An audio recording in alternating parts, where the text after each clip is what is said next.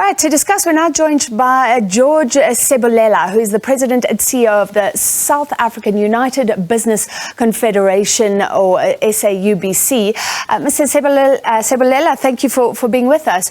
Is it fair to say that South Africa is the main drag on growth in Southern Africa? That's why we're seeing that huge discrepancy in growth rates compared to what we're seeing in East Africa and West Africa.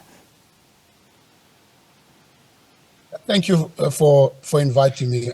Obviously, it is quite clear that today South Africa has a multiple of challenges, and some of them are political, some of them are really economic. But so far, we see that South Africa is lagging a little bit behind compared, as you say, into the East Africa and so on. So yes. We cannot really underestimate the challenges that we have, such as energy in this country, which is really on a daily basis. Companies are losing turnover, they're losing revenue. We cannot also undermine that the issue of stability. I think it's quite important just to make sure that there's a clear policies, that are put in place in ensuring that we become a very stable and trusted country, particularly in the area of justice and so on. So yes, we now beginning to see that in some other instances, even here in South Africa, is that there's always a stringent policy issues around procurement, which takes a very long time for government institutions also to implement projects. And that's why you see less projects are happening now, because in order to procure, you have to take about at least a minimum of 3 to 6 months in order to procure goods, which is really stumbling growth on its own in that particular aspect. But then when you go to Africa, it becomes much more easy. If you have the good product, you are able to deliver, the process is much quicker to implement. Yeah, we hear about countries like Rwanda, and look, of course, it also depends how democracy works and how much authority, sometimes even repression, that the government imposes. But we hear that there is that agility that you're talking about. When decisions are made, things get done. Can we learn from what's happening in East Africa, for example? I've always believed that, more autocratic type state organization than too much of democracy always create the problem in such a way that there's too much consultative engagement in implementing of projects. And I think what you see in Rwanda from President Kagame is that he wants people that can implement. And when people are implementing, then he reward them on the responsibilities that they are given. And you can see right from the infrastructure, from the airline, from telecoms, Rwanda has been so much progressive. And that's clearly because of less stringent policies, as I've mentioned before. Let's talk about the biggest economy in West Africa, Nigeria. And they've been focusing on finance, which was our strong point. They're also talking about refining their own oil, because Nigeria produces oil, but it goes and gets refined somewhere else, and Nigeria has to import. What they're doing now with Dangote refineries, could that be a game changer for Nigeria? Well, it was clearly announced that what Dangote has put together, $9 billion refinery plant that will make sure that now Nigeria has sufficient refined products available. If you remember, Nigeria used to export quite a lot of crude oil, and they will buy a lot of refinery, so a refined product. So it didn't make sense. You've got a lot of crude, but you can't refine it. And that's exactly where the African continent is stuck.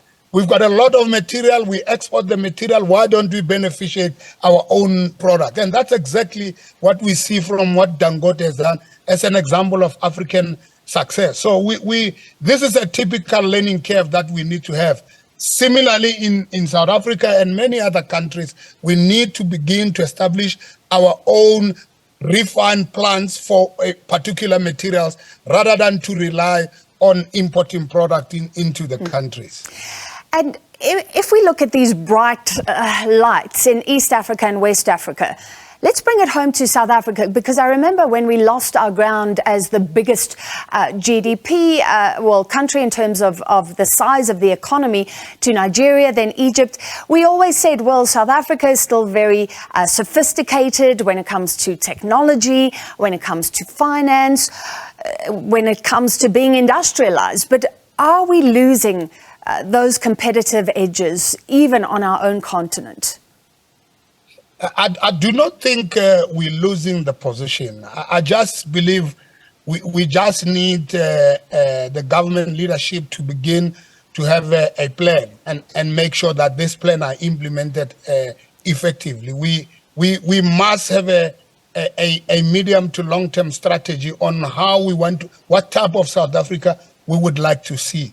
And then thereafter, we need to have the type of people that are going to execute the plan must be highly skilled, highly experienced, and are capable to be able to deliver in that particular aspect.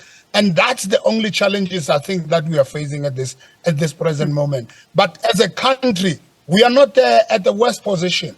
This is a very excellent country with good infrastructure, good telecoms, and so much so good financial services industry. But the work still needs to be done, and it must be done very seriously by very capable people. All right, very quickly, let's end with an African-wide initiative. Our president was talking earlier, saying the Africa Continental Free Trade Area is a landmark agreement. To what extent does it remain an agreement rather than something happening on the ground? The idea is that everybody trades with everybody else and the whole of Africa will be uplifted. Fantastic. That's a very good question, because for me, the Africa Continental Free Trade Agreement is what can consolidate Africa into a large market of 2.3 trillion USD GDP, which is very, very critical. We have a huge market in this this continent of 1.3 billion people. Remember, the anticipation of growth of the population of Africa in 2060 is just about 2.75 billion. So there you would see the GDP growth opportunities to grow up to about 16 trillion USD market, which is quite a huge market. So therefore, the trade agreement would require key implementation on some of the challenges that countries are facing in order to have intra-trade among themselves. And that's very critical. And that will take a political will to make sure that we move with speed to make sure that the agreement is implemented. Yeah, as you say, the potential is huge. Thank you so much for your time. George Sebulela, who is the President and CEO of the South African United Business Confederation.